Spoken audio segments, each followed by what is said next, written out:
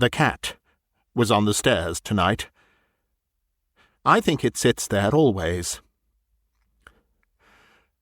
There is no kitchen cat.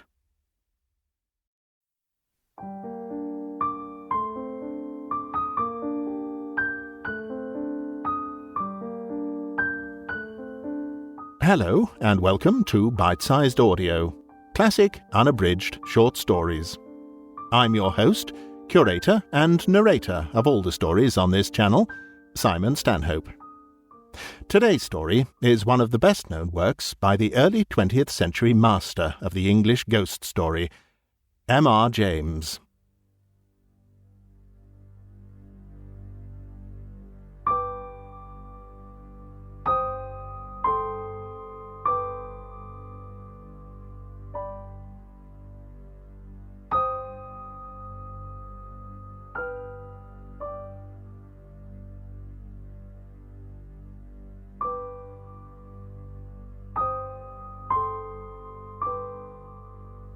The Stalls of Barchester Cathedral. This matter began, as far as I am concerned, with the reading of a notice in the obituary section of the Gentleman's Magazine for an early year in the 19th century.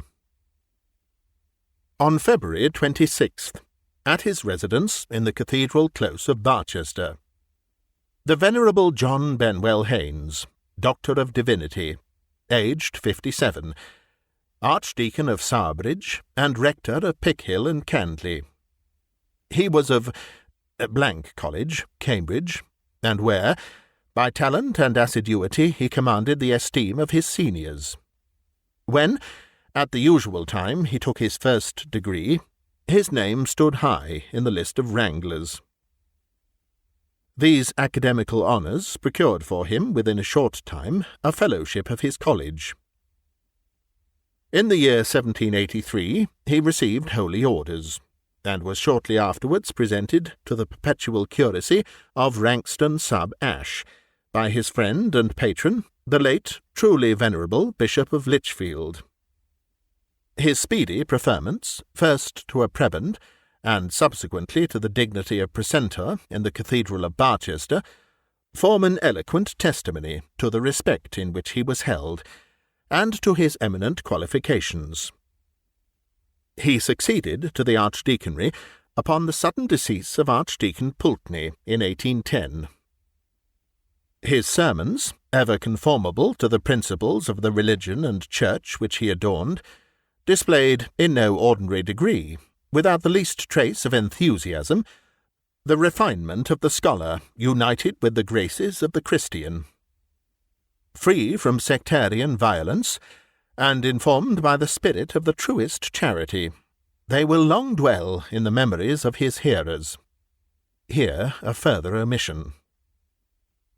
The productions of his pen include an able defence of episcopacy, which, though often perused by the author of this tribute to his memory, afford but one additional instance of the want of liberality and enterprise which is a too common characteristic of the publishers of our generation.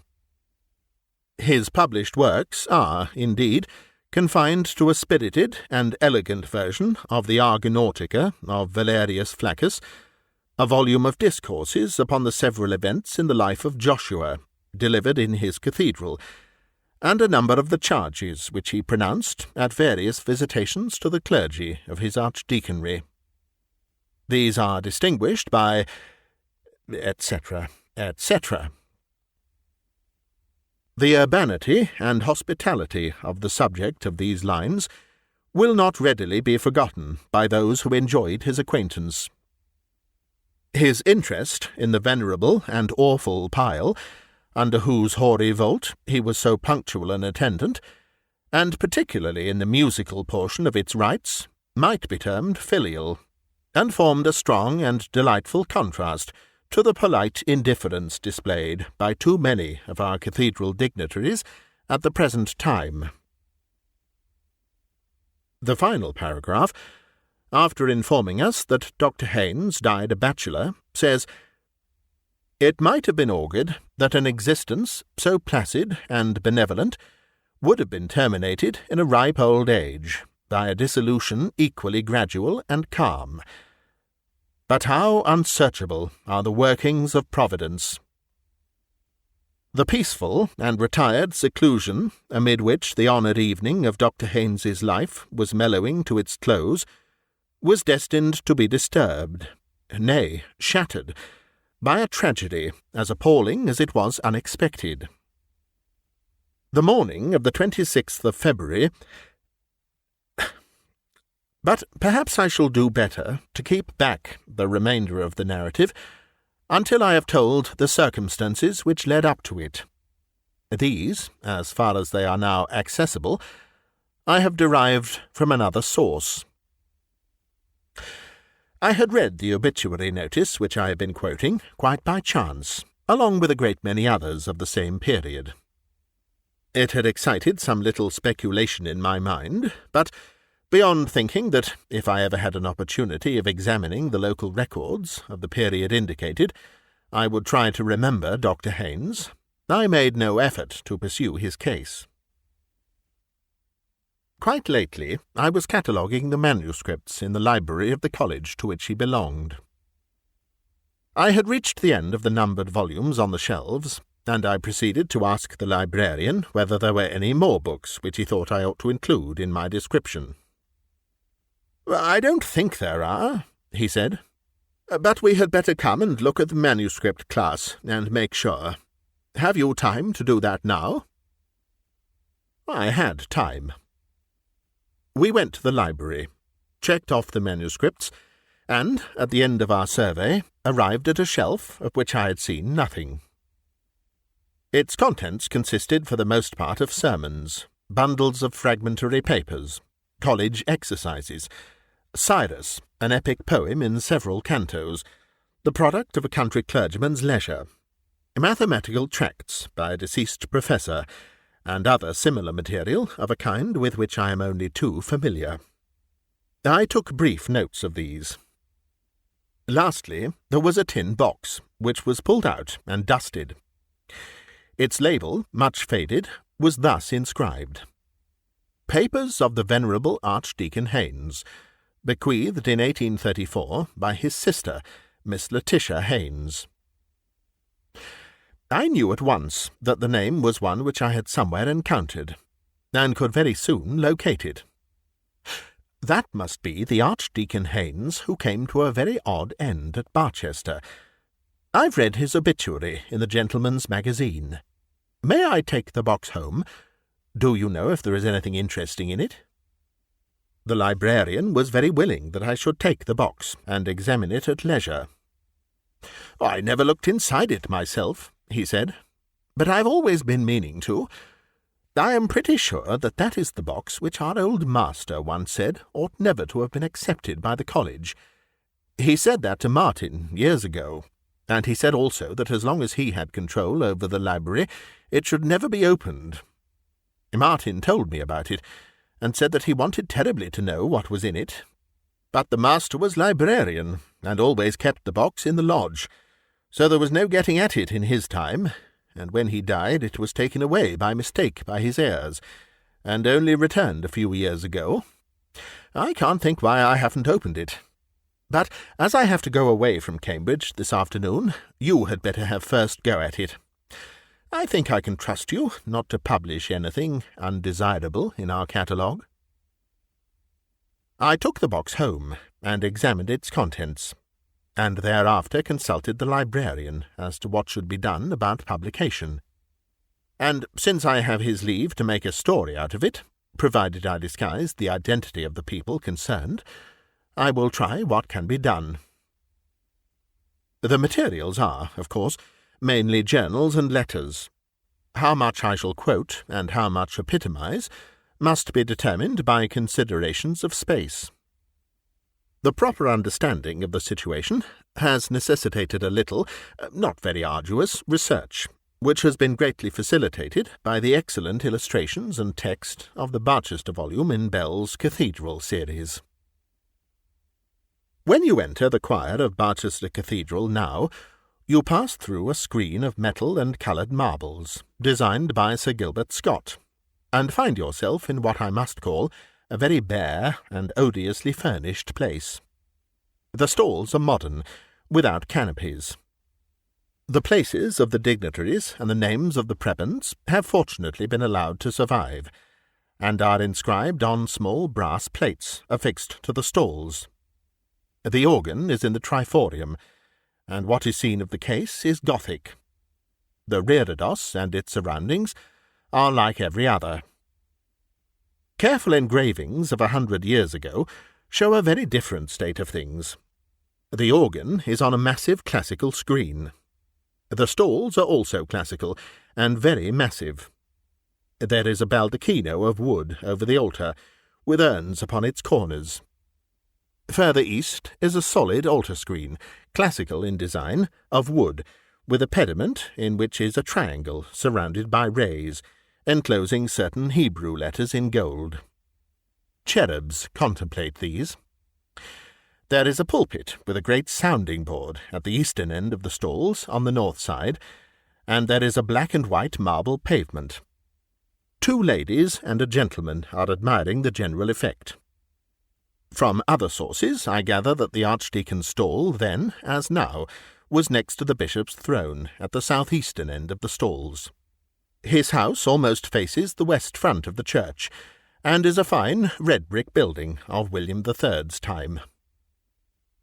Here Dr. Haynes, already a mature man, took up his abode with his sister in the year 1810. The dignity had long been the object of his wishes, but his predecessor refused to depart until he had attained the age of 92. About a week after he had held a modest festival in celebration of that 92nd birthday, there came a morning, late in the year, when Dr. Haynes, hurrying cheerfully into his breakfast-room, rubbing his hands and humming a tune, was greeted and checked in his genial flow of spirits by the sight of his sister, seated, indeed, in her usual place behind the tea-urn, but bowed forward and sobbing unrestrainedly into her handkerchief. "What is the matter? What bad news?" he began. "Oh, Johnny, you've not heard? The poor dear Archdeacon." "The Archdeacon, yes. What is it? Ill, is he?" No. They found him on the staircase this morning. It is so shocking." "Is it possible? Dear, poor Pulteney. Had there been any seizure?" "They don't think so, and that is almost the worst thing about it. It seems to have been all the fault of that stupid maid of theirs, Jane." Dr. Haynes paused. "I don't quite understand, Letitia. How was the maid at fault?" "Why, as far as I can make out, there was a stair-rod missing, and she never mentioned it. And the poor Archdeacon set his foot quite on the edge of the step. You know how slippery that oak is, and it seems he must have fallen almost the whole flight and broken his neck. It is so sad for poor Miss Pulteney. Of course they will get rid of the girl at once. I never liked her." Miss Haynes's grief resumed its sway, but eventually relaxed so far as to permit of her taking some breakfast. Not so her brother, who, after standing in silence before the window for some minutes, left the room, and did not appear again that morning. I need only add that the careless maidservant was dismissed forthwith, but that the missing stair-rod was very shortly afterwards found under the stair-carpet, and additional proof, if any were needed, of extreme stupidity and carelessness on her part. For a good many years, Dr. Haynes had been marked out by his ability, which seems to have been really considerable, as the likely successor of Archdeacon Pulteney, and no disappointment was in store for him. He was duly installed, and entered with zeal upon the discharge of those functions which are appropriate to one in his position.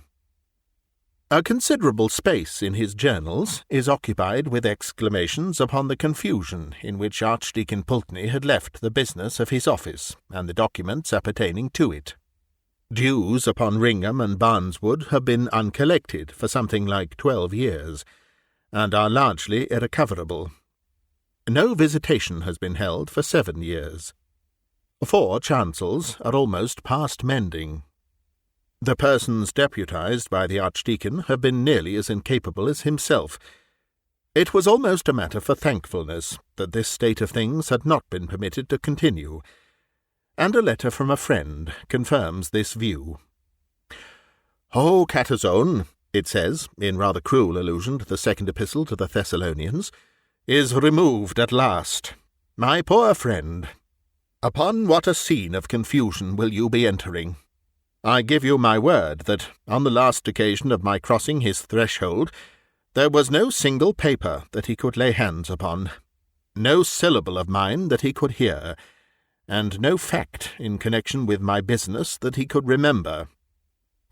But now, thanks to a negligent maid and a loose stair-carpet, there is some prospect that necessary business will be transacted without a complete loss alike of voice and temper." This letter was tucked into a pocket in the cover of one of the diaries. There can be no doubt of the new Archdeacon's zeal and enthusiasm.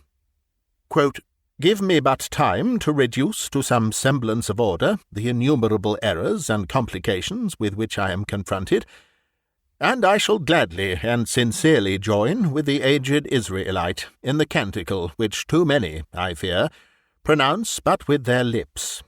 Unquote. This reflection I find, not in a diary, but a letter. The doctor's friends seem to have returned his correspondence to his surviving sister. He does not confine himself, however, to reflections. His investigation of the rights and duties of his office are very searching and businesslike, and there is a calculation in one place that a period of 3 years will just suffice to set the business of the Archdeaconry upon a proper footing. The estimate appears to have been an exact one. For just 3 years he is occupied in reforms, but I look in vain at the end of that time for the promised nunc dimittis. He has now found a new sphere of activity. Hitherto his duties have precluded him from more than an occasional attendance at the cathedral services. Now he begins to take an interest in the fabric and the music. Upon his struggles with the organist, an old gentleman who has been in office since 1786, I have no time to dwell. They were not attended with any marked success.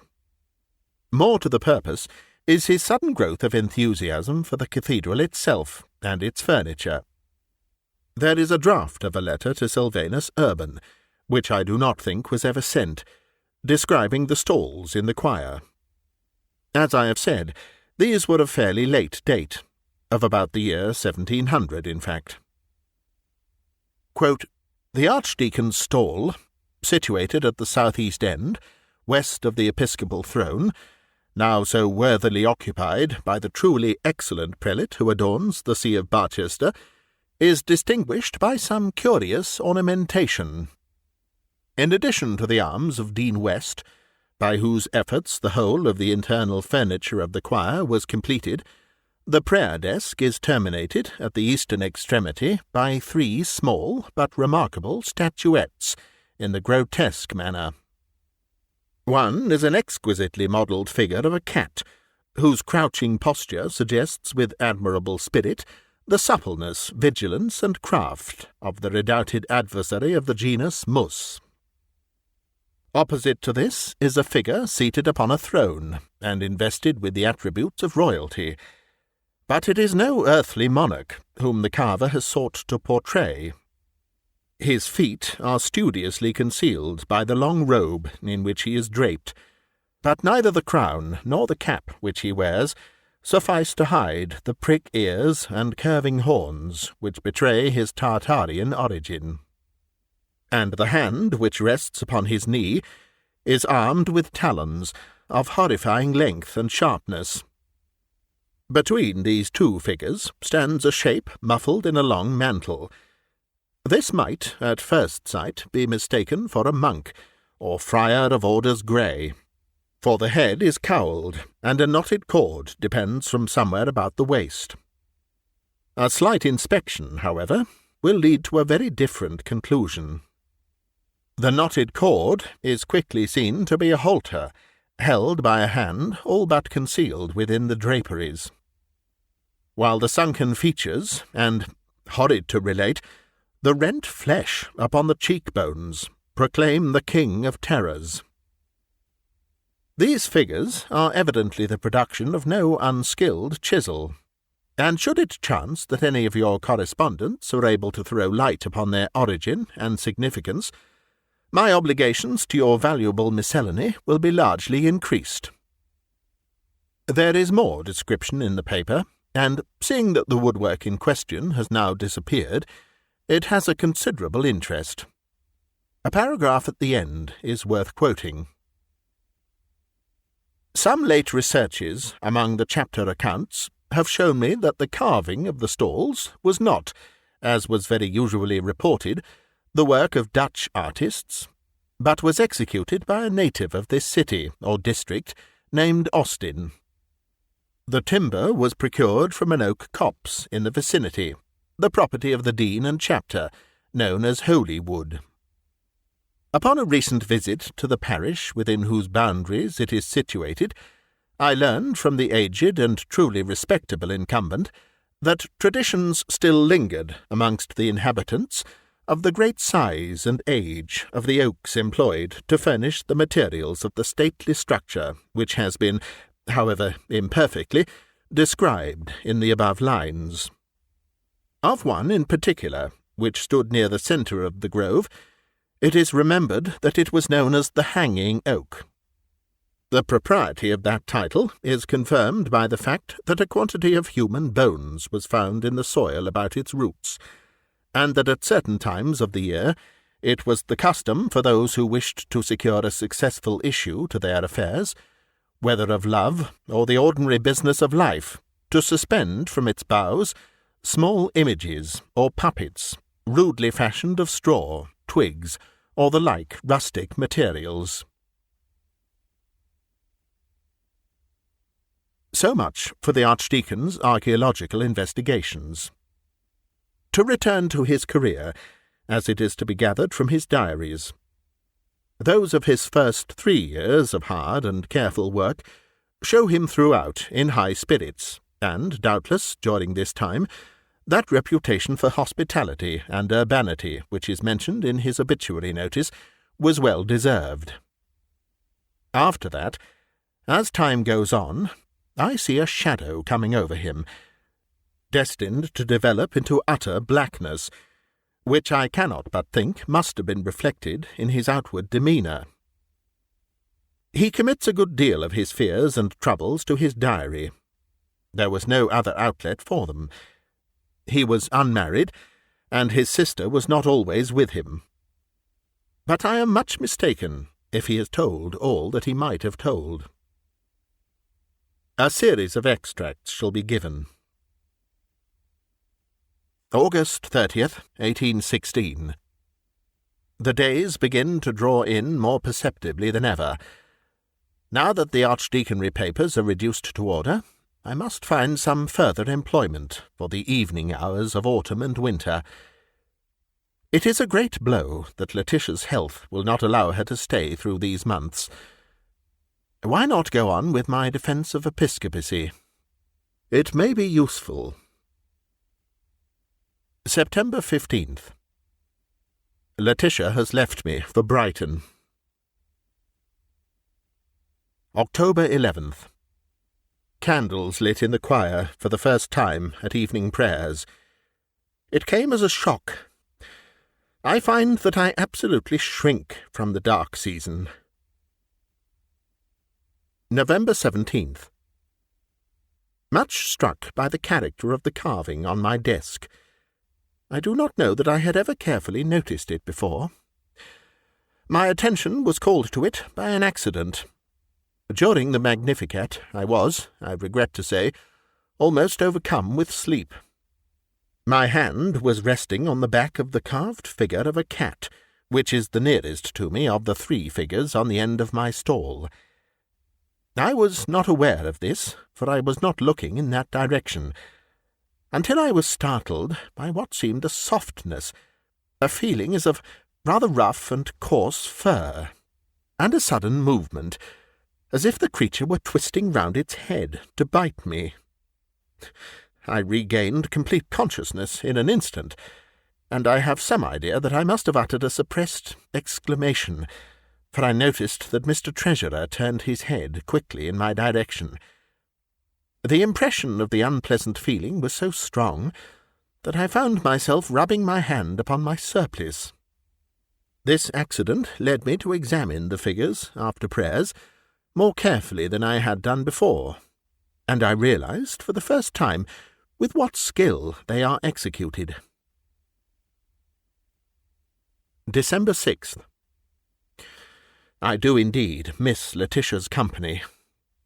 The evenings, after I have worked as long as I can at my defence, are very trying. The house is too large for a lonely man, and visitors of any kind are too rare. I get an uncomfortable impression, when going to my room, that there is company of some kind. The fact is, I may as well formulate it to myself, that I hear voices. This, I am well aware, is a common symptom of incipient decay of the brain, and I believe that I should be less disquieted than I am, if I had any suspicion that this was the cause. I have none whatever, nor is there anything in my family history to give colour to such an idea. Work, diligent work, and a punctual attention to the duties which fall to me, is my best remedy, and I have little doubt that it will prove efficacious. January 1st. My trouble is, I must confess it, increasing upon me. Last night, upon my return after midnight from the deanery, I lit my candle to go upstairs. I was nearly at the top, when something whispered to me, "Let me wish you a happy New Year." I could not be mistaken. It spoke distinctly, and with a peculiar emphasis. Had I dropped my candle, as I all but did, I tremble to think what the consequences must have been. As it was, I managed to get up the last flight, and was quickly in my room, with the door locked, and experienced no other disturbance. January 15th. I had occasion to come downstairs last night to my workroom for my watch, which I had inadvertently left on my table when I went up to bed. I think I was at the top of the last flight, when I had a sudden impression of a sharp whisper in my ear. "Take care." I clutched the balusters, and naturally looked round at once. Of course there was nothing. After a moment I went on. It was no good turning back, but I had as nearly as possible fallen. A cat, a large one by the feel of it, slipped between my feet. But again, of course, I saw nothing. It may have been the kitchen cat, but I do not think it was. February 27th. A curious thing last night, which I should like to forget. Perhaps if I put it down here, I may see it in its true proportion. I worked in the library from about 9 to 10. The hall and staircase seemed to be unusually full of what I can only call movement without sound. By this I mean that there seemed to be continuous going and coming, and that whenever I ceased writing to listen, or looked out into the hall, the stillness was absolutely unbroken. Nor, in going to my room at an earlier hour than usual, about 10:30, was I conscious of anything that I could call a noise. It so happened that I had told John to come to my room for the letter to the bishop, which I wished to have delivered early in the morning at the palace. He was to sit up, therefore, and come for it when he heard me retire. This I had for the moment forgotten, though I had remembered to carry the letter with me to my room. But when, as I was winding up my watch, I heard a light tap at the door, and a low voice saying, "May I come in?" which I most undoubtedly did hear, I recollected the fact, and took up the letter from my dressing-table, saying, "Certainly, come in." No one, however, answered my summons, and it was now that, as I strongly suspect, I committed an error. For I opened the door and held the letter out. There was certainly no one at that moment in the passage, but in the instant of my standing there, the door at the end opened, and John appeared, carrying a candle. I asked him whether he had come to the door earlier, but I am satisfied that he had not. I do not like the situation, but although my senses were very much on the alert, and though it was some time before I could sleep, I must allow that I perceived nothing further of an untoward character.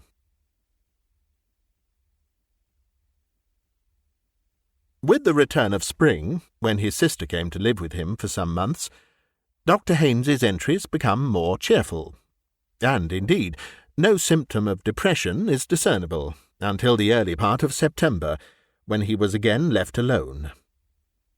And now, indeed, there is evidence that he was incommoded again, and that more pressingly.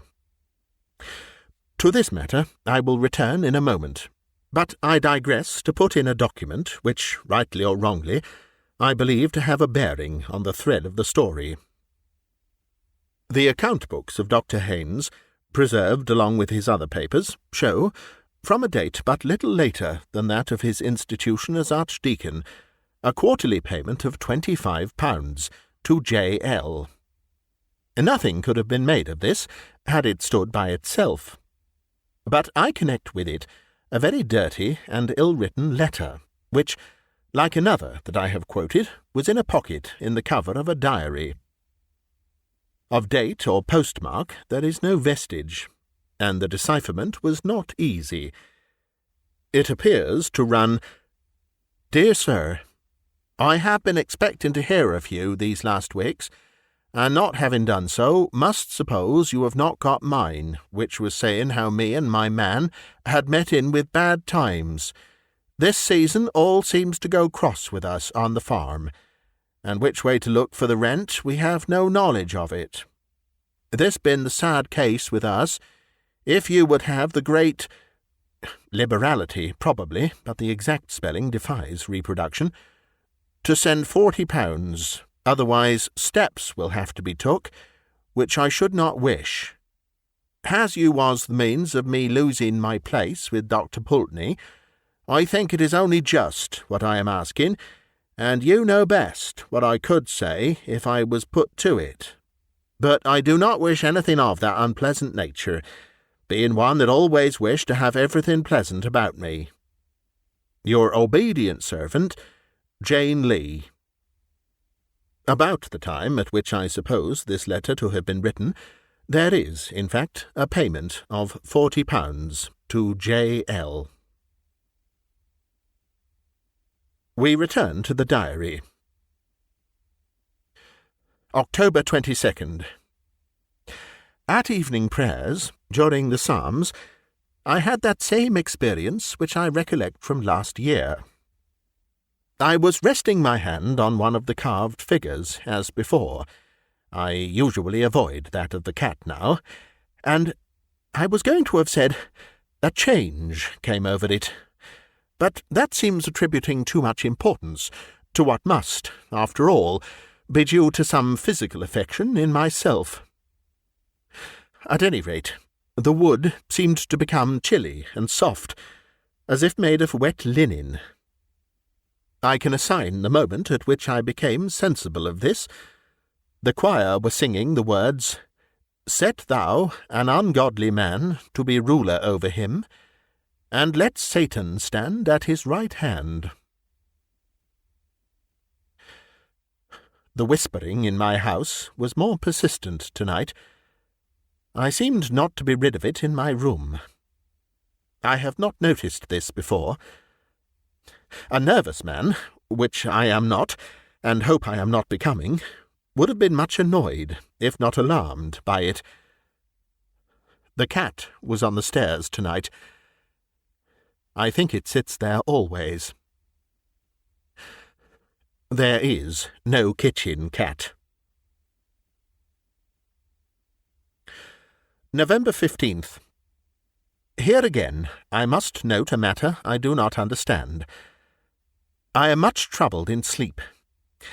No definite image presented itself, but I was pursued by the very vivid impression that wet lips were whispering into my ear with great rapidity and emphasis for some time together. After this, I suppose, I fell asleep, but was awakened with a start by a feeling as if a hand were laid on my shoulder. To my intense alarm, I found myself standing at the top of the lowest flight of the first staircase. The moon was shining brightly enough through the large window to let me see that there was a large cat on the second or third step. I can make no comment. I crept up to bed again. I do not know how.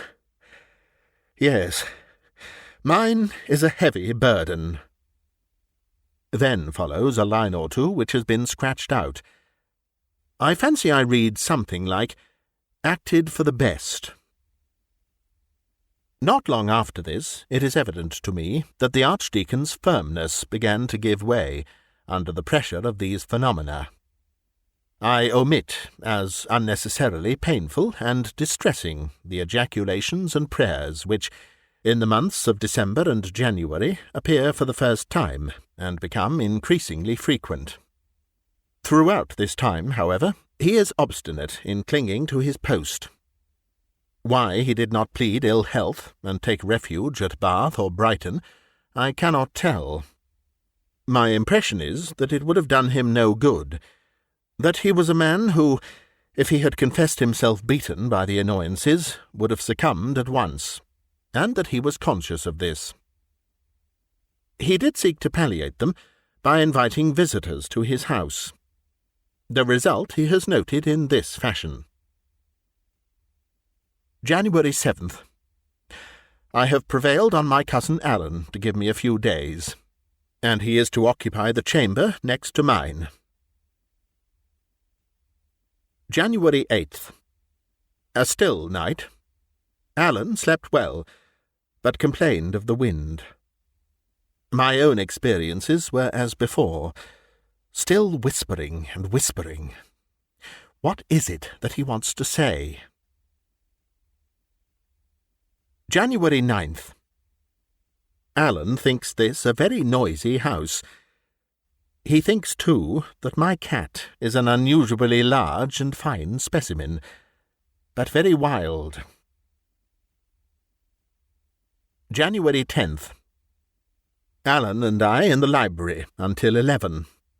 He left me twice to see what the maids were doing in the hall.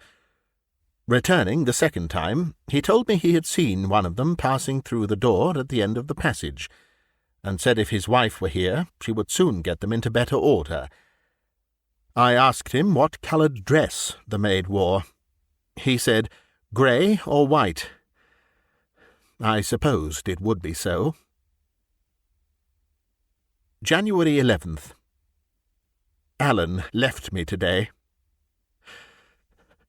I must be firm. These words, I must be firm, occur again and again on subsequent days. Sometimes they are the only entry. In these cases they are in an unusually large hand, and dug into the paper in a way which must have broken the pen that wrote them. Apparently the Archdeacon's friends did not remark any change in his behaviour, and this gives me a high idea of his courage and determination. The diary tells us nothing more than I have indicated of the last days of his life. The end of it all must be told in the polished language of the obituary notice. The morning of the 26th of February was cold and tempestuous. At an early hour, the servants had occasion to go into the front hall of the residence occupied by the lamented subject of these lines. What was their horror upon observing the form of their beloved and respected master lying upon the landing of the principal staircase in an attitude which inspired the gravest fears. Assistance was procured, and an universal consternation was experienced upon the discovery that he had been the object of a brutal and a murderous attack. The vertebral column was fractured in more than one place. This might have been the result of a fall. It appeared that the stair carpet was loosened at one point. But in addition to this, there were injuries inflicted upon the eyes, nose, and mouth, as if by the agency of some savage animal, which, dreadful to relate, rendered those features unrecognizable. The vital spark was, it is needless to add, completely extinct, and had been so, upon the testimony of respectable medical authorities, for several hours. The author, or authors, of this mysterious outrage are alike buried in mystery, and the most active conjecture has hitherto failed to suggest a solution of this melancholy problem afforded by this appalling occurrence. The writer goes on to reflect upon the probability that the writings of Mr. Shelley, Lord Byron, and Monsieur Voltaire may have been instrumental in bringing about the disaster, and concludes by hoping, somewhat vaguely, that this event may operate as an example to the rising generation. But this portion of his remarks need not be quoted in full. I had already formed the conclusion that Dr. Haynes was responsible for the death of Dr. Pulteney, but the incident connected with the carved figure of death upon the Archdeacon's stall was a very perplexing feature. The conjecture that it had been cut out of the wood of the hanging oak was not difficult, but seemed impossible to substantiate. However, I paid a visit to Barchester, partly with the view of finding out whether there were any relics of the woodwork to be heard of. I was introduced by one of the canons to the curator of the local museum, who was, my friend said, more likely to be able to give me information on the point than anyone else. I told this gentleman of the description of certain carved figures and arms formerly on the stalls, and asked whether any had survived. He was able to show me the arms of Dean West, and some other fragments. These, he said, had been got from an old resident, who had also once owned a figure, perhaps one of those which I was inquiring for. There was a very odd thing about that figure, he said. The old man who had it told me that he picked it up in a wood-yard, whence he had obtained the still extant pieces, and had taken it home for his children. On his way home he was fiddling about with it, and it came in two in his hands, and a bit of paper dropped out. This he picked up, and, just noticing that there was writing on it, put it into his pocket, and subsequently into a vase on his mantelpiece. I was at his house not very long ago, and happened to pick up the vase and turn it over to see whether there were any marks on it, and the paper fell into my hand. The old man, on my handing it to him, told me the story I have told you, and said I might keep the paper. It was crumpled and rather torn, so I have mounted it on a card, which I have here.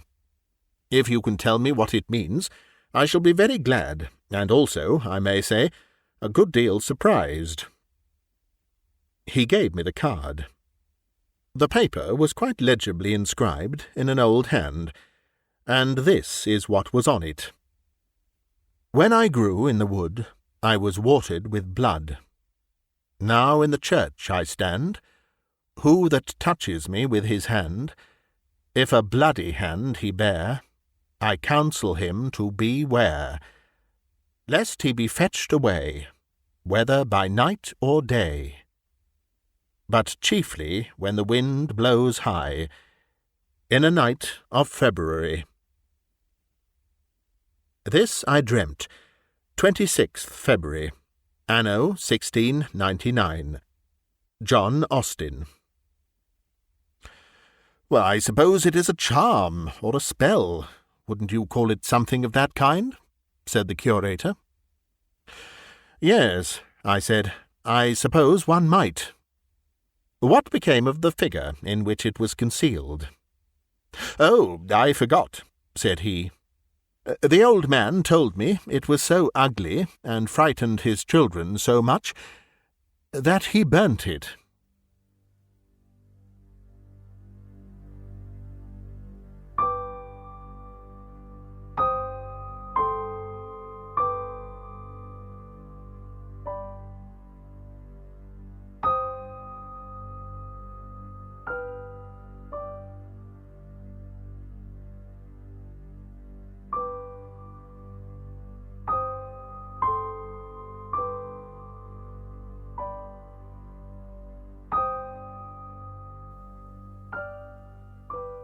You've been listening to a bite-sized audiobook, read by me, Simon Stanhope.